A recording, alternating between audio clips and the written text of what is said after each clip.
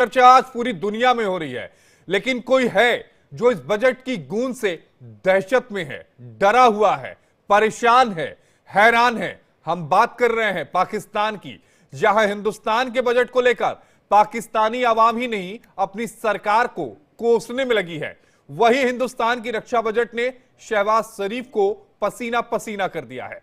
हिंदुस्तान में जहां मोदी के नाम की जय जयकार हो रही है, वहीं भारत के भारी भरकम बजट को देखकर पाकिस्तान में हाहाकार मचा हुआ है। एक रिपोर्ट आपको दिखाते हैं।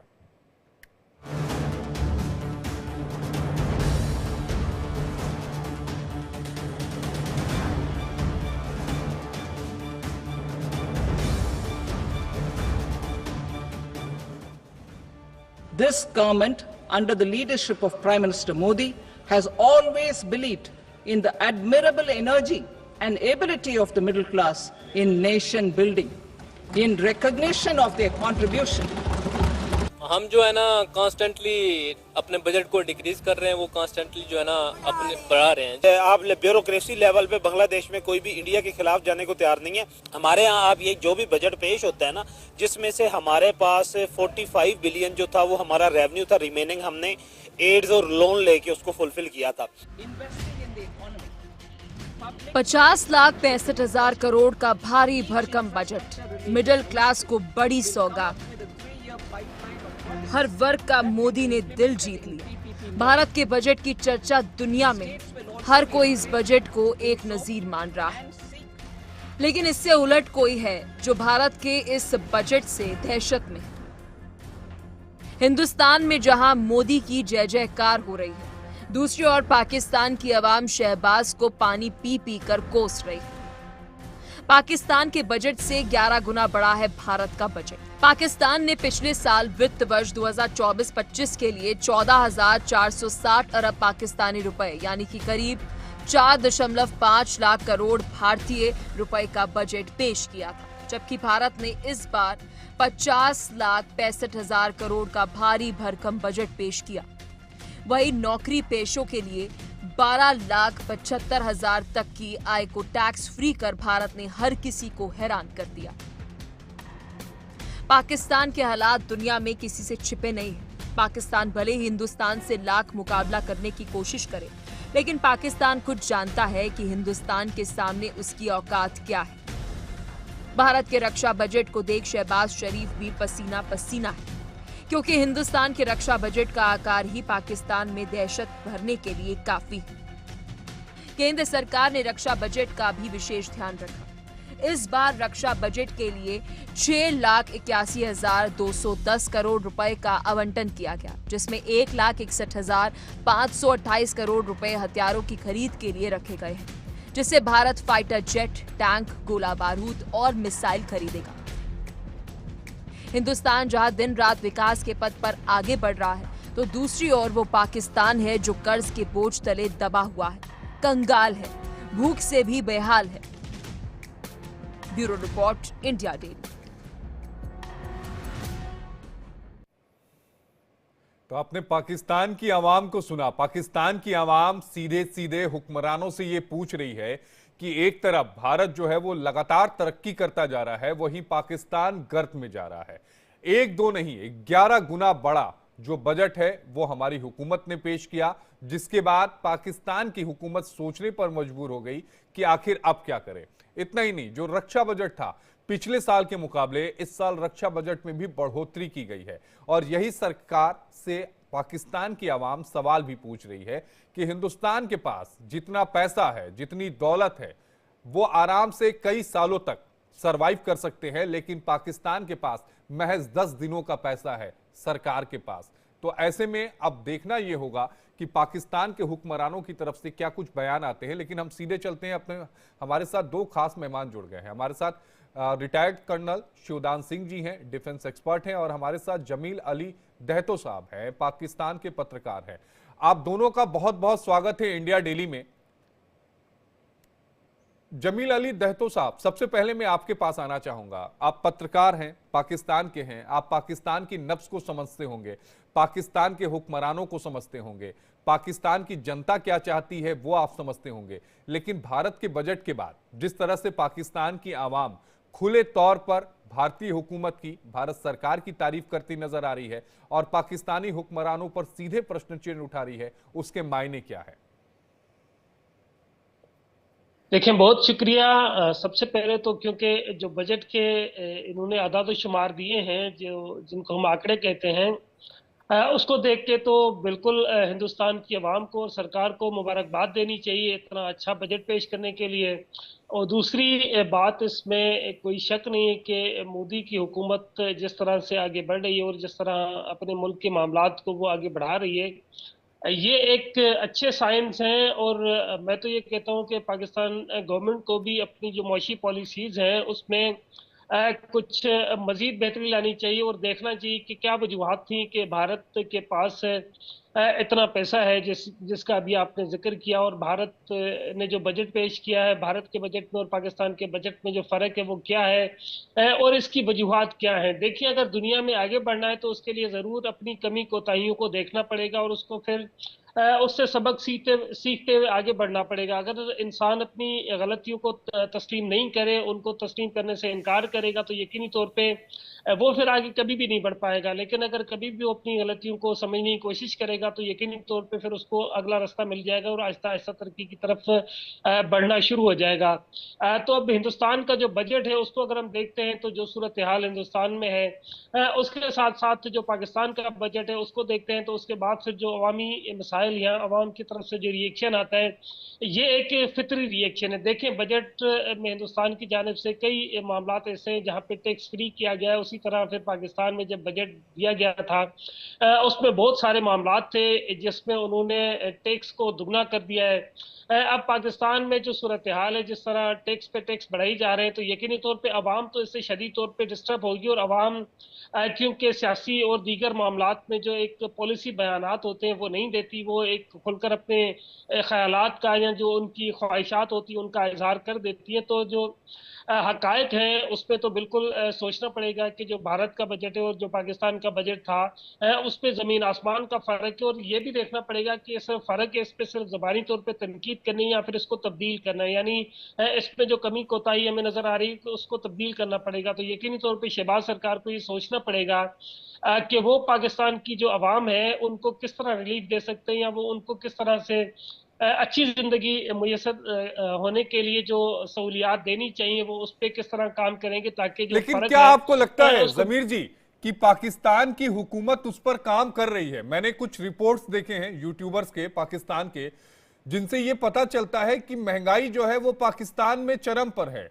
कुछ ऐसे आईफोन्स हैं जिनको आसानी से भारतीय जो मिडिल क्लास है, लोअर मिडिल क्लास है, वो भी खरीद लेता है, लेकिन वहां पर हायर क्लास उसे खरीद रहा है। वहां पर उसकी कीमत पाकिस्तानी रुपए की बात करें तो 6 लाख से ज्यादा है।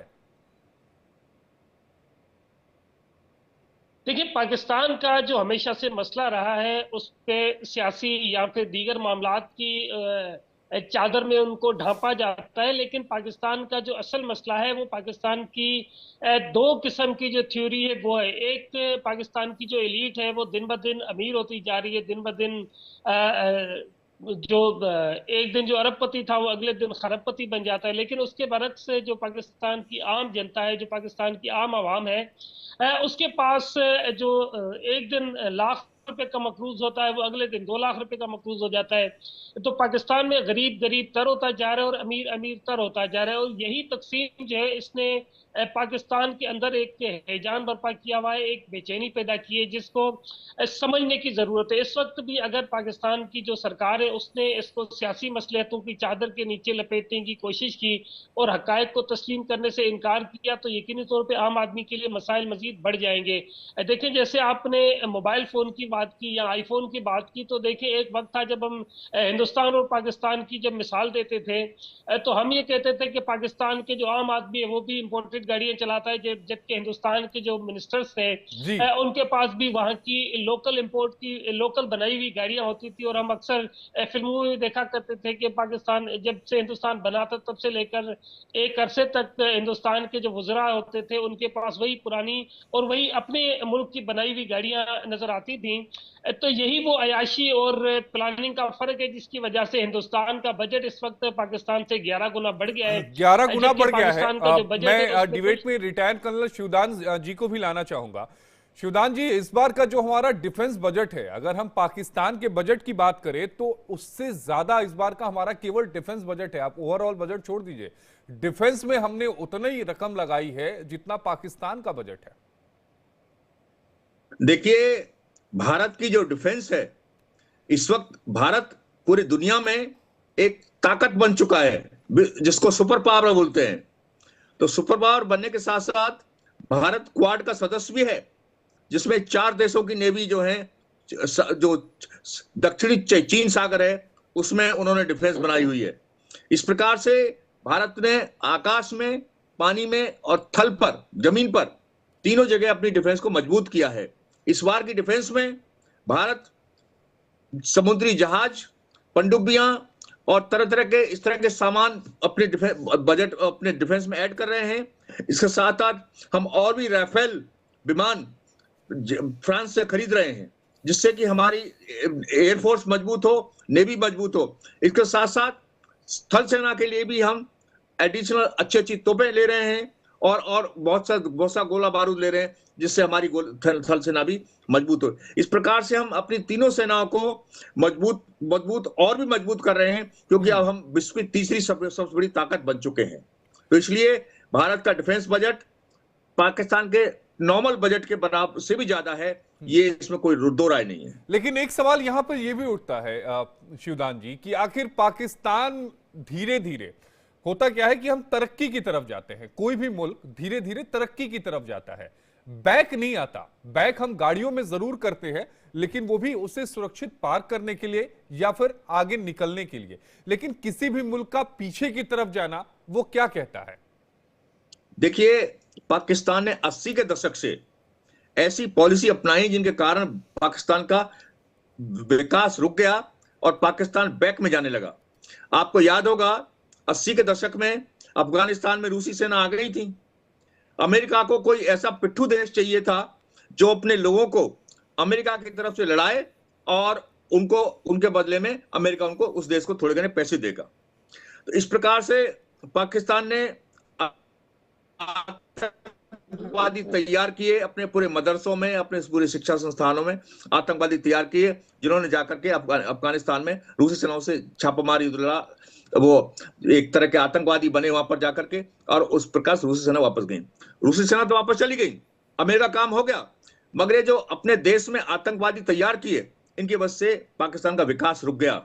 पाकिस्तान में विदेशी निवेश 0 हो गया, क्योंकि कोई भी आदमी ऐसे कोई भी देश ऐसे देश में निवेश नहीं करना चाहेगा जिस देश में चारों तरफ हिंसा ही हिंसा का माहौल हो। आपको देख सकते हैं कि पाकिस्तान में अक्सर पाकिस्तान के अंदर ही आतंकवादी हमले होते हैं। आतंकवाद, अभी जिस तरह से पाकिस्तान में बलूच के अंदर बलूच लिबरेशन आर्मी युद्ध कर रही है, तो इस तरह के जो वाकया हैं, ये पाकिस्तान के अपने क्रिएटेड हैं, जिनको पाकिस्तान ने खुद टीटीपी की बात कर लीजिए, और बड़ी आराम से उनके जो नौजवान हैं वो अपने विकास के रास्ते से हट करके अब इस तरह के रास्तों पर पड़ गए हैं, जिसकी वजह से देश का विकास रुक गया है। जमीर जी से इसका जवाब लेते हैं। जमीर जी, आपने सुना रिटायर्ड कर्नल शिवदान सिंह जी को, जो पाकिस्तान की हुकूमत के बारे में, पाकिस्तान की स्ट्रेटजी के बारे में, और ये भी कह रहे हैं कि कई ऐसी स्पॉट्स हैं, चाहे वो अगर हम बलूचिस्तान की बात कर लें, चाहे हम टीटीपी की बात कर लें, जिनसे पाकिस्तान खुद परेशान है। तो ऐसे में मुल्क की आवाम की बेहतरी होगी कैसे? देखिए कर्नल साहब, जो बात कह रहे हैं ये मैं भी एक ज़माने से कहता आ रहा हूँ कि 80 के दिहाई में जो पाकिस्तान की पॉलिसीज़ बनी थी, जिसमें उन्होंने अफगान जिहाद को अपनाया था अमेरिका के कहने पे, उसके बाद पाकिस्तान की तरक्की रुककर पाकिस्तान को रिवर्स गियर लग गया था। लेकिन बदकिस्मती ये है कि उसके बाद पाकिस्तान में ऐसी आवाज़ें जो इस पे कोई अपना इजहार ख्याल करते थे, उनको दबा दिया जाता था। लेकिन अब सूरत हाल जाकर तब्दील हुई है कि अब पाकिस्तान ने ये फैसला किया है कि जो भी इंतहा पसंदाना सोच रखने वाली जो कुव्वतें हैं, उनकी अगेंस्ट कार्रवाई करेगा। लेकिन इस वक्त बदकिस्मती ये है कि पाकिस्तान में जो जिहाद हो रहा है, जैसे टीटीपी पाकिस्तान है और इसके अलावा जैसे बलोच लिबरेशन आर्मी है या इस तरह की दीगर तंजीमें जो काम कर रही हैं, वो इस वक्त पाकिस्तान के दुश्मन है, उनके हाथों में खेल रही है और वहां से उनको फंडिंग आ रही है और वो खुलकर लेकिन ये पाकिस्तान में बताइएगा ना दहशत पैदा जमीर कर जी, रही है। टीटीपी की स्थापना करने में मदद किसने की? पाकिस्तान के हुक्मरानों ने की ना। अगर आप आग से खेलेंगे तो जलने की संभावना तो रहेगी ना, इससे इनकार तो नहीं कर सकते आप। जी बिल्कुल, इससे इनकार नहीं किया जा सकता और इससे इनकार करना भी नहीं चाहिए, क्योंकि जब तक आप इस तरह की चीजों से इनकार करते रहेंगे तब तक आप अपने मसाइल को हल करने की तरफ नहीं बढ़ेंगे। तो मैं यही गुजारिश कर रहा हूँ, ये बात मैंने कहा है कि 80 के दिहाई में जब पाकिस्तान ने अफगान जिहाद को गोद लिया तो उसके बाद पाकिस्तान की तरक्की रुक गई। जैसे आपने कहा कि पाकिस्तान को रिवर्स गियर लग गया था, बदकिस्मती से उसी वक्त पाकिस्तान को रिवर्स गियर लगा था। लेकिन इस वक्त जिस तरह पाकिस्तान में ऑपरेशन चल रहे हैं, एक अरसे से तकरीबन 15 साल से, तो मैं खुद उसको कवर कर रहा हूँ, जो पाकिस्तान में दहशतगर्दी के खिलाफ ऑपरेशन चल रहे हैं, या फिर पाकिस्तान में जो इंतहा पसंदाना सोच रखने वाली पार्टीज हैं उनको एक तरह से उनकी हौसला शिकनी की जा रही है, तो ये एक वो साइन है जिससे पाकिस्तान के आगे बढ़ने के इम्कानात बढ़ गए हैं। क्योंकि जब तक आप अपनी गलतियों को समझेंगे नहीं, अपने मामलात को सुधारेंगे नहीं, तब तक आप आगे नहीं बढ़ सकते, ना आप आगे बढ़ने की तरफ बढ़ सकते। लेकिन प्रॉब्लम ये है कि ये जो 30 से 40 साल का अरसा है, 80 और 2025 में तकरीबन 45 साल का अरसा है, तो 45 साल के अरसे में जो मामलात खराब हुए, यकीन तौर पे उसको सुधारने में कुछ वक्त तो लगेगा। नहीं, लेकिन अगर तो आप मुझे बात कर रहे हैं सुधारने की तरफ, अगर चीजें चल रही हैं, इमरान खान साहब को जेल में रखा गया, 100 से ज्यादा उनके ऊपर मुकदमे किए गए हैं, पीटीआई के समर्थक, पीटीआई के नेता सड़कों पर है, इस बात से आप इनकार नहीं कर सकते। आप इस बात से भी इनकार नहीं कर सकते कि इमरान खान जो हैं वो वहां की हुकूमत के खिलाफ जरूर होंगे, लेकिन वहां की जनता के पसंद में नंबर 1 पर आते हैं। देखिए, ये बिल्कुल सच है कि इमरान खान के खिलाफ या इमरान खान से आपको जितने भी सियासी इख्तलाफात करना चाहें वो तो कर सकते हैं, लेकिन पाकिस्तान में इमरान खान की एक अवामी मकबूलियत है, इमरान खान का एक वोट बैंक है, और इमरान खान का जो वोट बैंक है उसकी जो हकीकत है उसको पाकिस्तान को तस्लीम करना पड़ेगा। लेकिन प्रॉब्लम ये है कि इमरान खान ने खुद भी जब वो गवर्नमेंट में थे तो उन्होंने ऐसी पॉलिसीज बनाई जिसमें पाकिस्तान में बजाय जमहूरी इदारे मजबूत हो, उन्होंने इंतहा पसंदी और दीगर चीजों को सपोर्ट किया या उनको प्रमोट किया। और इसमें भी कोई शक नहीं कि इमरान खान ने अपने ही दौर का जो लास्ट टेन्योर था वहां पर जो पाकिस्तान के कबायली इलाके हैं वहां पर जो तहरीक तालिबान पाकिस्तान थे या जो वहां के मकामी लोग थे, उनकी एक मुश्तरका कोशिशों से वहां पर दोबारा लोगों को आबाद किया, जो कि इस वक्त पाकिस्तान के लिए बड़े मसाइल खड़े कर रहे हैं। प्रॉब्लम यह कि पाकिस्तान में हमेशा हुक्मरान जो आते थे वो पॉलिसीज बनाते थे अपने 5 साल के लिए जब वो उनकी हुकूमत हो, और वो आगे फ्यूचर का नहीं सोचते थे। यही वजह है। अब देखें, इमरान खान के ऊपर जितने भी केसेस है उसमें करप्शन के चार्जेस हैं। इसके अलावा 9 मई का एक वाकया हुआ था जब पाकिस्तान में प्रोटेस्ट के दौरान उनके लोग जो है वो पाकिस्तान के डिफेंस के इदारे हैं या जो इलाके हैं वहां पर घुस गए थे। देखें, आप इस बात को माने कि दुनिया मानती है कि जब भी आप कहीं लड़ाई की तरफ या इंतहा पसंदी की तरफ जाते हैं तो आपकी तरक्की रुक जाती है। तो इस बात में चाहे इमरान खान हो, चाहे शहबाज शरीफ हो या आसिफ जरदारी हो, या फिर हिंदुस्तान में कोई भी इस तरह की सोच रखने वाली पॉलिसी हो वाली कोई जमात हो, तो जब भी कोई जमात इंतहा पसंदी की तरफ जाने की कोशिश करती हो तो उसकी हौसला शिकनी होनी चाहिए, उसकी हौसला अफजाई नहीं होनी चाहिए। जब तक आप पॉलिटिकल प्रोसेस को सपोर्ट नहीं करेंगे तब तक तरक्की नहीं कर सकता, ना तो देश तरक्की कर सकता है, ना आपकी सोसाइटी में कोई बेहतरी आ सकती है। तो इमरान खान की जो सियासी मकबूलियत है इसको बिल्कुल हम मानते हैं, उनको तस्लीम करते हैं, लेकिन इमरान खान की पार्टी की जानिब से जो कुछ एक्शंस लिए गए थे उसमें कई जगह पर ऐसी गलतियां थी जो कि नहीं होनी चाहिए थी। इमरान जमीर खान जी, को एक सवाल का जवाब, मुझे लगता है कि पाकिस्तान की आवाम भी इसको सुन रही है, वो भी जानना चाहती होगी कि जब बजट पाकिस्तान में बनाया जाता है तो क्या बजट में 2047 जैसे हम देखते हैं अपना एक विजन लेके चलते हैं, 2050 का हिंदुस्तान लेके चलता है, क्या इस तरह का कोई विजन होता है क्या पाकिस्तान में बजट बनाते समय कि आने वाले 25 साल 30 सालों में हम कहां पहुंचेंगे, उसका विजन होता है क्या? देखिए, इसमें कोई शक नहीं है। अब इसके बारे में तो मैं अपनी राय का इजहार कर रहा हूँ, हो सकता है कि मेरे मुल्क के लोग या मेरे दोस्त इससे इख्तलाफ करते हो, लेकिन मैं ये समझता हूँ कि पाकिस्तान में जब बजट बनाया जाता है तो पाकिस्तान का बजट बुनियादी तौर पे वो दो नंबर फिगर्स के साथ बनाया जाता है, वो पाकिस्तान की आवाम का या अपने मुल्क के बारे में कुछ भी नहीं सोचते। वो सिर्फ ये सोचते हैं कि किसी तरीके से ऐसा बजट पेश किया जाए जिससे आवाम का जो प्रेशर है या आवाम की तनकीद का सामना ना करना पड़े। और यही पाकिस्तान की बदकिस्मती है कि यहाँ पर हमारे पास जो हुक्मरान आते रहे हैं वो सिर्फ अपनी दौरे हुकूमत की पॉलिसीज बनाते रहे, वो अपनी आवाम या अपने मुल्क के बारे में कोई लॉन्ग टर्म पॉलिसीज नहीं बना सके, जिस वजह से अब तक कोई चीज ऐसी सामने नहीं आई है जिसको हम कह सकते हैं कि जी विजन है, जो कि 2050 में पाकिस्तान कहाँ खड़ा होगा, 2040 में पाकिस्तान कहाँ खड़ा होगा। कोई 10 साल पॉलिसी, कोई 50 साल पॉलिसी या कोई 5 ये साल आपने एक पॉलिसी बहुत बड़ी नहीं है। बात कही है। शिवदान जी, आप सुन रहे होंगे बहुत ही स्पष्टता बिल्कुल। से, बहुत ही साफगोई से जमीर भाई की इसके लिए मैं तारीफ करना चाहूंगा कि जो पूरी पिक्चर है वो बता रहे हैं कि जब विजन नहीं होगा, जब हम हमेशा जब काम करते हैं भविष्य को ध्यान में रख के करते हैं कि हमारे इस काम का आने वाले समय में क्या इंपैक्ट पड़ेगा, और यहां तो मुल्क चलाने की बात है। देखिए, जमीर साहब ने बहुत अच्छे अपना निष्पक्ष विचार रखे हैं, बहुत अच्छे विचार हैं जमीर साहब के, मैं इनकी तारीफ करता हूं। साथ साथ मैंने पहले भी कहा है कि पाकिस्तान के हुक्मरानों ने कभी भी ये नहीं सोचा कि हमारे इस कदम का आगे क्या असर पड़ेगा। अभी देखिए, जैसा कि मैंने कहा था, रूसी सेनाओं के खिलाफ जब इन्होंने अपने पूरे नौजवानों को तैयार किया, जो नौजवान देश के विकास में सहयोग करना चाहिए था, वो नौजवान अमेरिका के सहारे पर रूसी सेनाओं से लड़ रहे थे।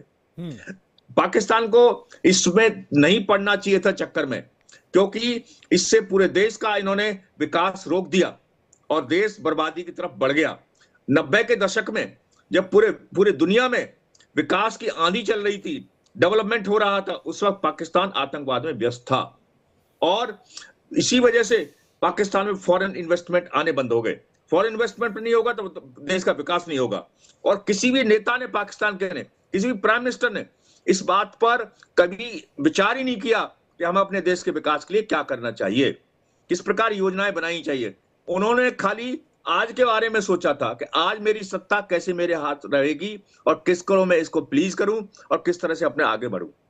तो इसलिए ऐसे में भविष्य क्या होगा? जो आम आदमी को खाने के लिए सामान नहीं मिल रहा भविष्य है, किस तरफ जाएगा? पाकिस्तान के अंदर सबसे अच्छी जमीन है, सबसे नेचुरल रिसोर्सेज है, सब कुछ है, फिर भी आज पाकिस्तान इस स्थिति में क्यों है? उनके नेताओं के कारण ही है केवल।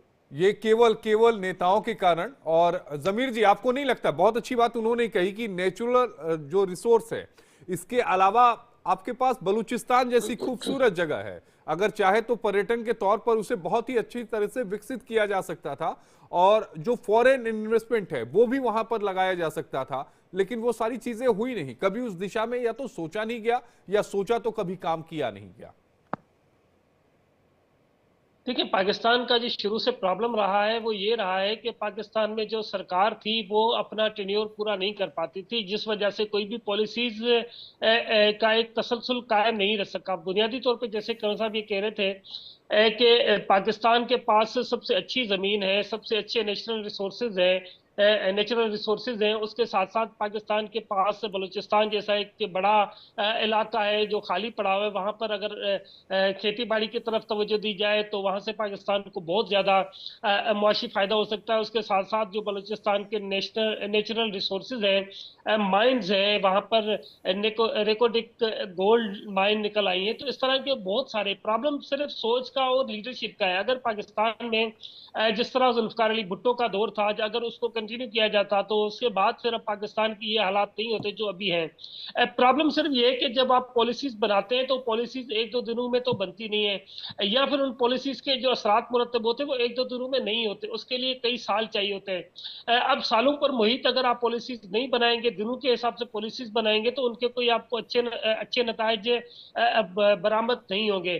इस वक्त भी जो पाकिस्तान में गवर्नमेंट है या इस वक्त जो पाकिस्तान की एक मुश्तरका सरकार है जिसको हम कहते हैं कि सवाए तहरीक इंसाफ को छोड़ के बाकी तमाम जमातें इस वक्त सरकार में है या फिर एक दूसरे की इत्तेहादी हैं, तो इनको इस वक्त भी ये चाहिए कि वो अपनी सियासी और अपनी जो पार्टी पॉलिसीज है उनको साइड पे रखकर अपने मुल्क के लिए कोई ऐसी एक नेशनल पॉलिसी बना जाए जिसको हम कोई मुआशी पॉलिसी का नाम दें, जिसको आप नेशनल पॉलिसी के तौर पे देखें और फिर उसको आगे बढ़ाएं। तो यकीनी तौर पर पाकिस्तान को ज्यादा समय नहीं लगेगा इस सारे जो मुआशी सूरत हाल इससे बाहर निकलने के लिए। लेकिन अगर आप इसके हिसाब से कोई पॉलिसीज बनाएंगे नहीं मुस्तकिल, माफ कीजिएगा। तो मुस्तकिल पॉलिसीज अगर आप नहीं बनाएंगे, आर्जी बुनियादों पर पॉलिसीज बनाएंगे, तो उसके नतीजे यही निकलेंगे जो आज हमारे सामने नजर आ रहे हैं। वो साफ तो नजर आ मुझे रहे इसका हैं जी जमीर जी, वो साफ नजर आ रहे हैं। लेकिन कर्नल शिवदान जी, एक आखिरी सवाल का जवाब आप दीजिएगा। आपको लगता है कि पाकिस्तान के जो हुक्मरान हैं,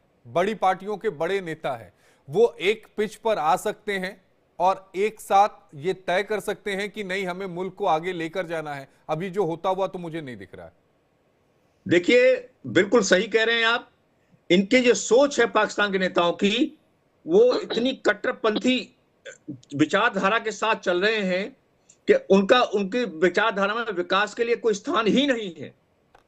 उनका देश को दोबारा से रिकंस्ट्रक्ट करने का कोई स्थान ही नहीं है। वो केवल सत्ता के लिए ही लड़ाई कर रहे हैं, किस प्रकार से इस चाल चल करके सत्ता प्राप्त हो जाए, सत्ता प्राप्त होकर के उनका नॉर्मल एग्जिस्टेंस हो जाए और किस प्रकार से वो अपना सत्ता पूरी कर सकें। इसलिए, और उनको हमेशा ये डर है कि पता नहीं पाकिस्तान की सेना कब उनकी सत्ता छीन ले उनसे। ये भी एक डर है कि पाकिस्तान की सेना कब सत्ता छीन ले। सत्ता को बचाए रखना भी एक बड़ी चुनौती है उनके लिए।